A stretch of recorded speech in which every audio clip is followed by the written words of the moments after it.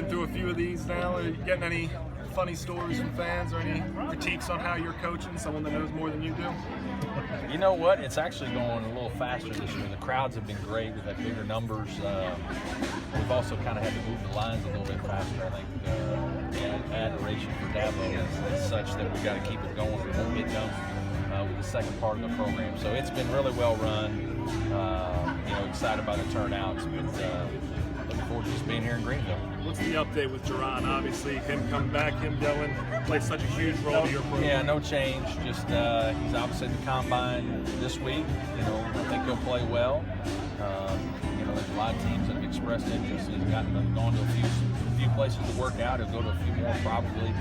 I would guess after the combine, he's going to have individual meetings with a lot of teams while he's there. And we'll assess the situation here shortly and try to do what's best for him. But it's a tough situation for us. Certainly, we just kind of got to wait it out. And that's hard to do sometimes, especially when it's hard to recruit players because you don't know if he is back. Have you asked him if for a certain date to let you know? Or are you going No, I don't think that's fair. I don't think it's fair to put a timetable because the situation itself is fluid. There's teams that, there'll be some teams up there. My guess is that he'll impress in the next day or two that maybe haven't had him as high on their board, and then they'll want to sit with him and may even have him out. And so to try to put a date for him would be selfish, and I'm just not going to do that with our players. I think I made a promise to our players when I recruited them that we're going to do what's best for them, and I stand by that even if it's a little bit tougher for our program.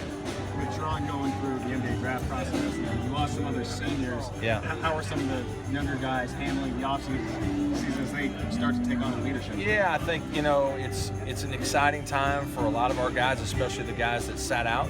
I think the transfers are unbelievably excited, especially Shelton and Marquise, because of having been out all year. Elijah, got here later, so maybe his excitement is blossoming, I think, through the summer. But those guys are really excited about being a part of it, getting back out on the floor. I think the guys that played last year a good bit are always excited about the idea of a new season. And Dante will have a new leadership position, Gabe, new role, Avery will be a senior. So we have some guys coming back that we feel very good about, and I think we'll be genuinely enthusiastic and excited about next year. But we're all kind of sitting here just wondering, what's going to happen with JB, and can't let it bother us. We've got to go about our daily business. I think our guys are doing that. How excited are you about the progress with the new arena and the new facilities? Yeah, I really am. I just, it's fun every day to kind of just watch different things go up. I've been fortunate to go in it about every couple of weeks. Went in it today, actually, and you see him putting down the hardwood floor. That's nice. You see him putting in the seats. Yeah, it's going to make a big difference. I just, it's been hard right now. It's been hard recruiting-wise. You can't really take guys through there. We're still in, the small gym and just have some challenges that way that you just want to get past. But every time I go in there, I'm kind of reinvigorated a little bit for the future. And I see our new locker rooms and weight rooms and things of that nature, coming along. And I just know the right things are in the future for the program, and we can't wait to see that next year. Would you want to play more games over at Monson Forest, probably down in the future, maybe schedule some non-conference games? Or I think if it works out that way, great. Financially, it costs us more money to do that. I don't want to do it at the expense of what we already are building, which is an unbelievable home court and a great venue there. But I do think there are some avenues we can do at times to play an occasional game or two up here. Appreciative of the way that Greenville people took us in and support us this year. So I don't think we played our last game there. I don't know if it'll work this year because scheduling things get kind of out of whack a little bit. But I do think we'll be back.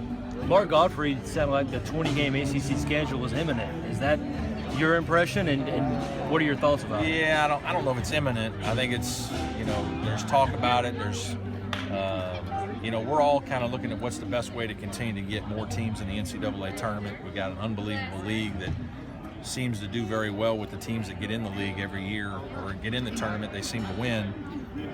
Sometimes we feel like there should be a couple teams that are on the bubble that don't, that we'd all like to see get in. And so if 20 games is the way to go to help us do that, then we might do it. Certainly, I think it seems to be that TV is starting to push for more and more league games, and that could happen. But we'll adjust either way.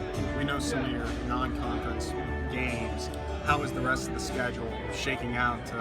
It's been a You know what? problem area to Well, help we still haven't put together a lot of our schedule. We have the games that are kind of that most people know about with South Carolina and Alabama and Georgia and a Big Ten Challenge game.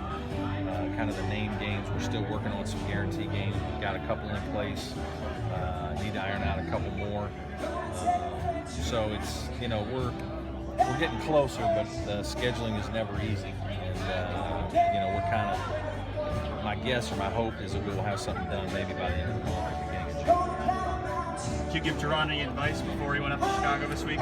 Not much, you know, to be honest with you. Just have fun and play relaxed and do what he does. He doesn't need to be stressed about what's going on up there. And, you know, one of the things, I think Jerron is taking this very seriously. I think he's prepared very well. I think he's in unbelievable shape. And I think some of that will show. I think there'll be some guys that go up there that aren't in as good a shape and don't realize how quickly you get out of shape. And if you're not working every day, what can happen to you. And I know Jerron has been working every day, and so I know that his conditioning and his experience, I really think that'll pay off for him. Coming out of ACC meetings, how do you feel about an ACC network, and do you feel like there's any progress towards that?